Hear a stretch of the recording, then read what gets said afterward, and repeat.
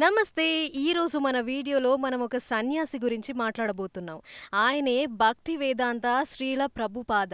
ఆయన ఎవరో కాదు, ఇస్కాన్ ఫౌండర్ ఆచార్య. ఇవాళ ఆయన గురించి మనం కొన్ని అద్భుతమైన విషయాలు తెలుసుకుందాం. ఈయన 14వ వయసులోనే ఆయన తల్లి మరణించింది. ఈయన హయ్యర్ స్టడీస్ అన్ని స్కాటిష్ చర్చ్ కాలేజ్‌లో చేశారు. కానీ డిగ్రీ మాత్రం తీసుకోలేదు. ఎందుకంటే ఆయన అప్పట్లో మహాత్మా గాంధీ నాన్ కోఆపరేషన్ మూవ్‌మెంట్‌కి సపోర్ట్ చేశారు కాబట్టి. ఈయనకి ఫార్మసీలో మంచి బిజినెస్ ఉంది కానీ ఈయన ఒకరోజు ఆయన గురువు దగ్గరికి వెళ్ళినప్పుడు ఆయన గురువు ప్రభుపాదతో ఒక సహాయం చేయాలి అని అడిగారు. ప్రభుపాదకి ఆంగ్లం బాగా వచ్చు కాబట్టి ప్రపంచంలో అన్ని గ్రంథాలు మన దేశంలోకి వస్తున్నాయి కానీ మన గ్రంథాలు భగవద్గీత, రామాయణం లాంటి గ్రంథాలు మాత్రం ప్రపంచంలోకి ఎవ్వరూ తీసుకెళ్లట్లేదు కాబట్టి నువ్వు మన మహా గ్రంథాలని ఆంగ్లంలోకి అనువాదించాలి అని చెప్పారు ఆయన గురువు. ప్రభుపాద అప్పుడు ఆయన గురువు చెప్పిన పని ఎలా అయినా చేయాలని 1 సంవత్సరం పాటు కష్టపడి రాశారు.